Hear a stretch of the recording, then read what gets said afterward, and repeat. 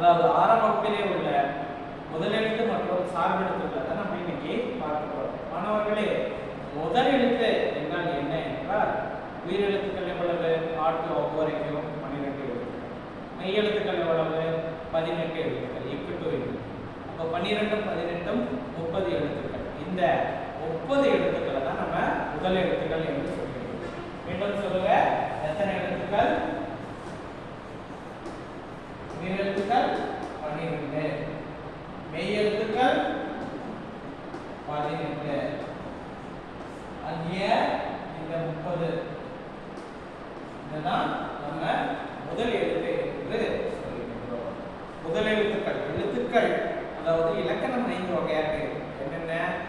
எழுத்து, சொல், பொருள், யாப்பு, அணி என்பது இலக்கணத்தினுடைய 5 வகைகள். இப்ப இந்த எழுத்து இலக்கணத்துல 2 வகையாக இருக்கிறது. ஒன்று முதல் எழுத்து, மற்றொன்று சார்பெழுத்து. அதாவது நான் முன்பே கூறியது போல முதல் எழுத்துக்கள் என்பது உயிரெழுத்துக்கள் 12 மெய் எழுத்துக்கள் 18 இணைந்த ஆகிய 30 எழுத்துக்கள் தான் முதல் எழுத்துக்கள் ஆகும். பிற எழுத்துக்கள் தோன்றுவதற்கும் இயங்குவதற்கும் முதல் காரணமாக இவை இருக்கின்றன.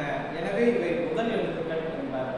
அதாவது இந்த எழுத்துக்களை கொண்டுதான், இந்த ஒரு உயிரெழுத்தும் மெய் எழுத்தும் கொண்டுதான் மற்ற அதாவது உயிர்மெய் எழுத்துக்கள் பிறக்கின்றது. உங்க எல்லாருக்குமே தெரியும்.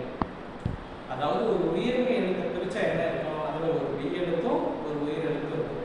ஆகவே உயிரெழுத்தும் மெய் எழுத்தும் சேர்ந்துதான் பிற எழுத்துக்களானது பிறக்கிறது.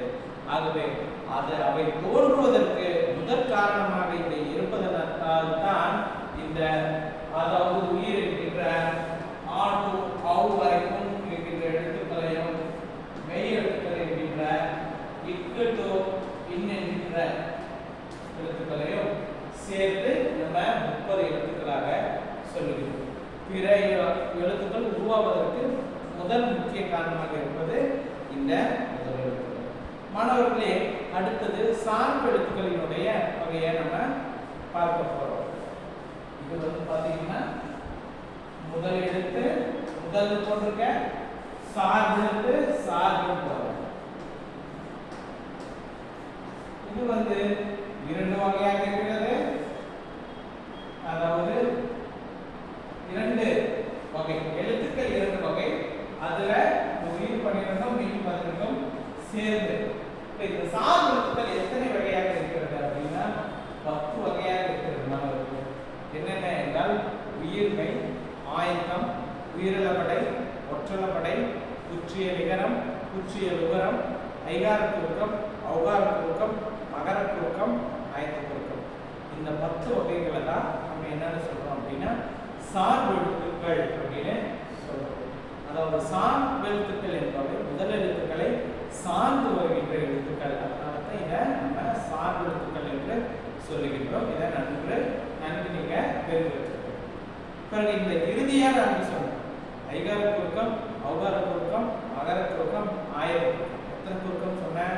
4 குறுக்கங்கள் சொன்னேன். இதை என்னன்னு சொல்லுவோம் அப்படின்னா 4 வகை குறுக்கங்கள் என்று சொல்லுவோம். குறுக்கம் என்றால் என்ன அப்படின்னா தன்னுடைய மாத்திரை அளவிலிருந்து அதாவது குறைந்து ஒலிப்பதை தான் குறுக்கம் என்று சொல்லுவோம். மாத்திரை அளவு என்றால் என்ன அப்படின்னா எழுத்துக்களை உச்சரிக்கக்கூடிய கால அளவிடுவதை தான் மாத்திரை என்று சொல்லுவோம். அதற்கு ஒவ்வொரு எழுத்துக்களுக்கும் ஒவ்வொரு மாத்திரை அளவு இருக்கிறது. குறில எழுத்துக்களுக்கு 1 மாத்திரை, நெடில் எழுத்துக்களுக்கு 2 மாத்திரை, மெய் எழுத்துக்களுக்கு ஒற்றெழுத்துக்களுக்கு அரை மாத்திரை, இப்படி எல்லாம் இருக்கிறது.